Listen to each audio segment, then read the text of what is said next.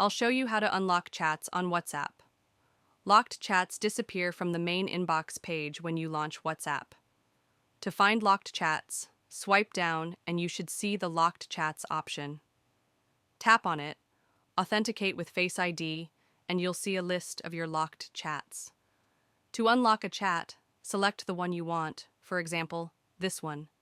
You can either open the chat and tap on the contact's name or swipe to reveal the More option, then select Contact Info.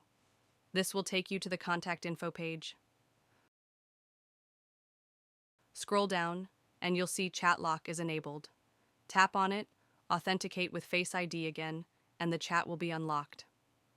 Now, when you return to the locked chats list, the chat will no longer appear there. It's back in your main inbox page. That's how you unlock a chat on WhatsApp.